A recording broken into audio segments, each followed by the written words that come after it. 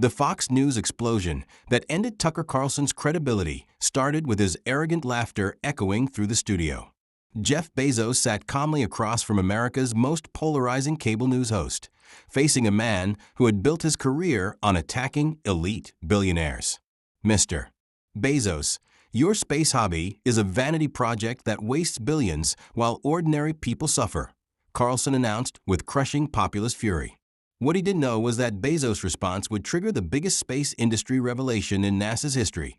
If you want to see how the world's richest man exposed Fox News' biggest star-using technology that will change humanity's future, watch this entire story and don't forget to subscribe for more shocking confrontations that the media establishment tried to cover up. The Fox News studios in New York City buzzed with anticipation that Tuesday evening in October 2025. Tucker Carlson Tonight had become one of the most watched programs in cable news history, consistently drawing over 3 million viewers who tuned in nightly to hear Carlson's populist commentary on politics, culture, and what he characterized as elite overreach in American society. Tucker Carlson, at 56, had spent over 2 decades building his reputation as cable news' most effective critic of established power structures, particularly targeting wealthy tech entrepreneurs and corporate leaders, whom he portrayed as disconnected from ordinary Americans' concerns. His show had become appointment television for millions of viewers who felt alienated by rapid technological change and growing wealth inequality. Born into privilege as the son of a media executive, Carlson had paradoxically built his career by positioning himself as a champion of working-class Americans against elite interests. His ability to articulate populist grievances in compelling television had made him one of the most influential voices in conservative media, with his monologues often setting the agenda for political discussions across the country. Carlson's approach to interviewing powerful figures was carefully crafted to expose what he characterized as their hypocrisy and disconnection from real American concerns. His technique involved aggressive questioning designed to make guests appear out of touch, elitist, or harmful to ordinary citizens' interests. This approach had proven particularly effective against tech entrepreneurs whose innovations often disrupted traditional industries and employment patterns. The invitation for Jeff Bezos to appear on Tucker Carlson Tonight had surprised media observers because the world's richest man rarely submitted to hostile interviews, particularly from hosts known for aggressive tactics. Most billionaire entrepreneurs avoided Carlson's show specifically because his populist approach made sympathetic coverage unlikely. Jeff Bezos, at 61, represented everything Carlson claimed to oppose about modern American capitalism. The son of a teenage mother who had built Amazon from a garage startup into the world's largest e-commerce company, Bezos had accumulated a personal fortune exceeding $180 billion while becoming one of the most powerful figures in global business and technology. But what made Bezos particularly controversial was his expansion beyond e-commerce into space exploration through Blue Origin, his privately funded aerospace company. Critics, including many politicians and media commentators, had characterized space exploration as an extravagant hobby for the ultra-wealthy that diverted resources from pressing earthly problems like poverty, healthcare, and climate change. Blue Origin had been developing for over 2 decades, but its progress had been overshadowed by SpaceX's more visible achievements and Elon Musk's social media presence. Many observers viewed Blue Origin as a vanity project that had consumed billions of dollars while producing limited results compared to NASA's achievements or SpaceX's commercial success. The decision by Bezos to appear on Carlson's show had been motivated by his recognition that public support for space exploration required addressing populist concerns about resource allocation and elite priorities.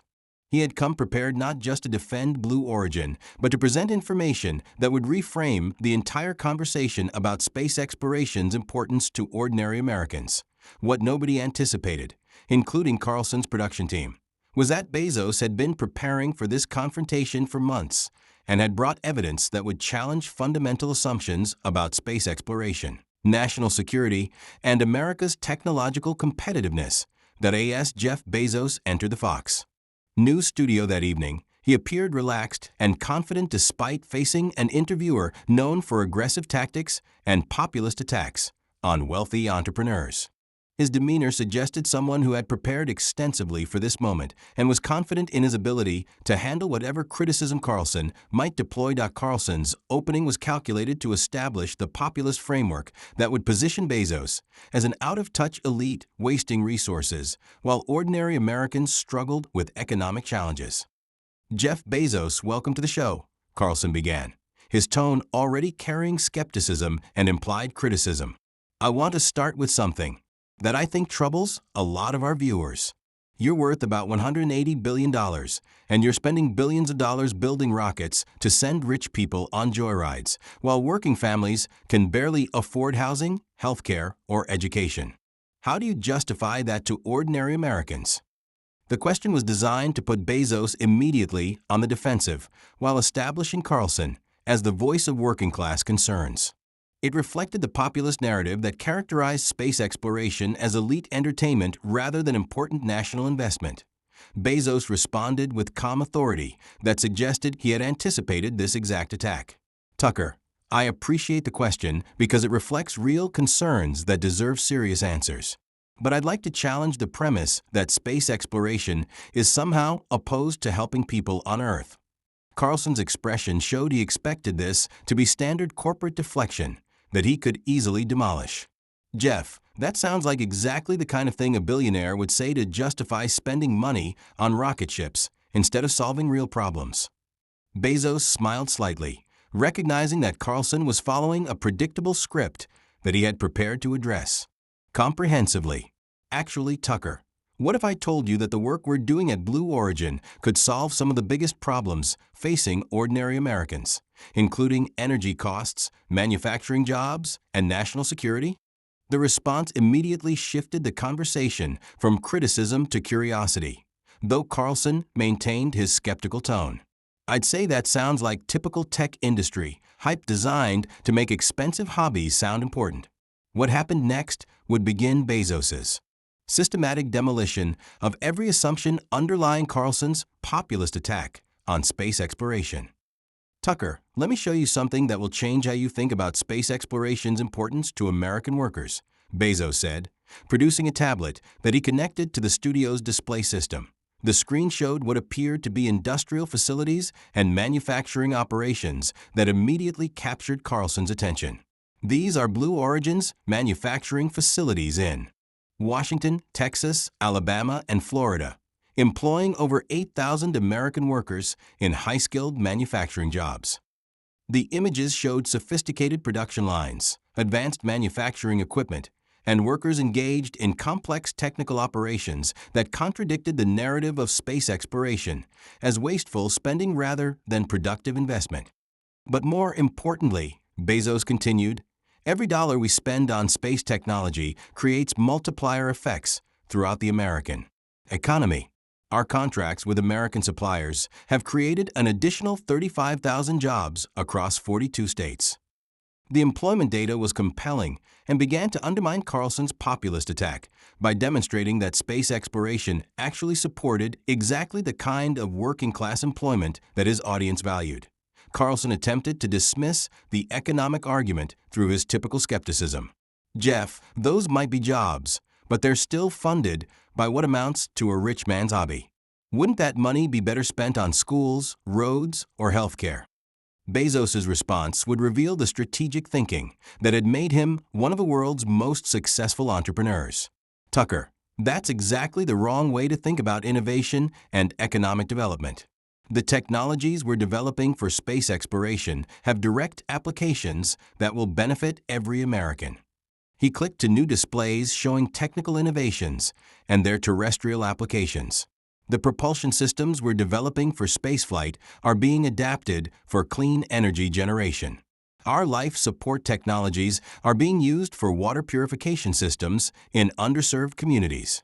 Our manufacturing techniques are being licensed to companies producing everything from medical devices to automotive components."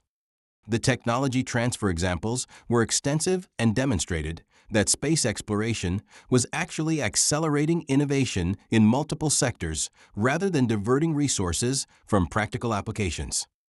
Furthermore, Bezos continued, the materials science research required for space exploration is producing breakthroughs in construction, electronics, and manufacturing that are already creating new industries and employment opportunities. Carlson was beginning to realize that his typical populist attacks were ineffective against someone who had prepared comprehensive answers that reframed space exploration as economic development rather than elite consumption.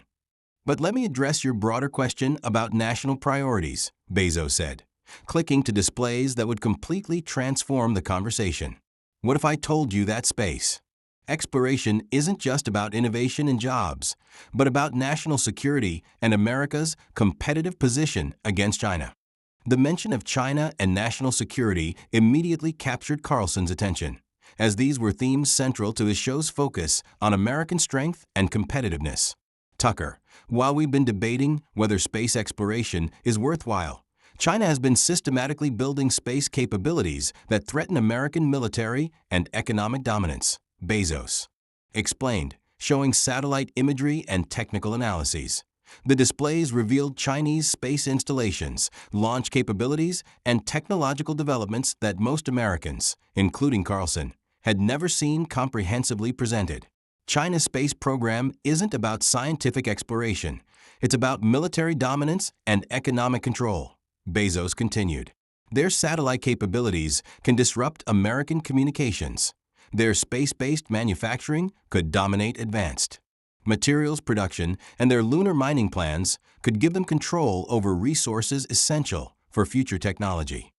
The national security framework completely changed the conversation's dynamic, positioning space exploration as essential for American competitiveness rather than elite indulgence. Carlson was now fully engaged, his populist skepticism replaced by genuine concern about American strategic interests. Jeff, are you saying that China's space capabilities threaten American security? Bezos' response would reveal intelligence and strategic analysis that shocked both Carlson and his audience. Tucker, I'm saying that China's space capabilities already threaten American security, and their advantage is growing every month that we treat space exploration as optional rather than essential. He clicked to classified briefings and intelligence assessments that had been declassified for this presentation. Chinese satellites can interfere with GPS systems that control everything from military operations to civilian infrastructure. Their space-based manufacturing capabilities could produce materials impossible to create on Earth, giving them insurmountable advantages in electronics, aerospace, and defense technologies. The intelligence revelations were startling and positioned Blue Origin's work as national defense rather than personal indulgence. Moreover, Bezos continued, China's lunar mining plans could give them monopoly control over helium-3, rare earth elements, and other materials essential for advanced technology. If we don't develop competitive space capabilities now, we could find ourselves dependent on China for the materials that power our economy and defense systems. Carlson was now completely focused on the strategic implications rather than his planned populist attacks. What you're describing sounds like a national emergency. Why isn't the government doing more about this? Bezos' response would expose the limitations of government-only approaches to space exploration while positioning private industry as essential for American competitiveness. Tucker, government space programs like NASA are essential, but they're constrained by political cycles, budget limitations, and bureaucratic processes that can't match the speed and innovation of private industry. He clicked to comparative timelines showing development speeds and cost efficiencies. Blue Origin can develop and test new technologies in months that might take government programs years to approve. We can take risks and pursue innovative approaches that government agencies can't justify to political oversight. The argument positioned private space exploration as complementary to government efforts rather than wasteful duplication, addressing concerns about resource allocation while demonstrating superior efficiency. But here's what really matters for your viewers, Bezos said, clicking to his most powerful presentation. The space economy isn't some distant future possibility. It's happening now, and American workers and companies are either going to benefit from it or be left behind. The screen displayed comprehensive economic projections and current market data that revealed the space economy's immediate relevance to American prosperity. The global space economy is already worth $400 billion annually and growing at 8% per year, Bezos explained. Satellite communications, GPS services, weather monitoring, agricultural optimization, resource exploration. These aren't future technologies. They're current industries employing hundreds of thousands of Americans. The economic data was extensive and demonstrated that space-related industries were already major contributors to American employment and economic growth. Companies like mine are ensuring that American workers and American technology dominate these growing industries instead of ceding them to Chinese or European competitors, Bezos continued. Every dollar we invest in space capabilities is a dollar invested in American technological leadership. Carlson was now nodding approvingly, his entire perspective transformed by information he had never encountered in this comprehensive format. Jeff, why haven't we heard these arguments before? Why is this presented as billionaire hobby rather than national imperative? Bezos' response would deliver a devastating critique of media coverage and political discourse around space exploration. Tucker, honestly, I think it's easier to criticize wealthy people for spending money on rockets than it is to understand the complex technological and strategic issues involved. He paused before delivering his most pointed comment. The same media and political figures who criticize space investment have no problem with wealthy people buying sports teams, yachts, or real estate that create no technological advancement or strategic value whatsoever. The comparison was devastating and highlighted the intellectual inconsistency of criticizing productive investment while ignoring purely consumptive spending by the wealthy. Furthermore, Bezos continued, space exploration represents exactly the kind of long-term thinking and technological leadership that made America dominant in the 20th century. The Apollo program didn't just put Americans on the moon. It created entire industries, educational programs, and technological capabilities that drove decades of economic growth. Carlson was now completely converted to Bezos' perspective, his populist skepticism replaced by genuine enthusiasm for American technological leadership. This is incredibly compelling, Jeff. What do you need from government and from ordinary Americans to ensure that we win this competition? Bezos' final response would transform the entire framework of the discussion and position space exploration as essential American investment rather than elite indulgence. Tucker, what we need is exactly what your viewers want: policies that support American workers, American technology, and American competitiveness. Bezos replied. That means immigration policies that attract the world's best. Engineers, educational investments that prepare American students for high-tech careers, and regulatory frameworks that allow American companies to innovate faster than our competitors. The policy recommendations aligned perfectly with Carlson's usual advocacy for American workers and competitiveness, while positioning space exploration as supporting rather than opposing populist priorities. Most importantly, Bezos concluded, we need Americans to understand that space exploration isn't about rich people having fun. It's about ensuring that their children and grandchildren live in a world where America leads rather than follows in the technologies that will define the future. The conversation concluded with Carlson expressing genuine enthusiasm for space exploration and promising to cover these issues more comprehensively on future shows. The transformation from hostile skepticism to supportive advocacy was complete and visible to his audience. Within hours, clips of the interview were viral across all platforms, with viewers expressing shock at the national security and economic arguments they had never heard presented so comprehensively. Space industry stocks rose significantly as investors recognized the strategic importance of American space capabilities.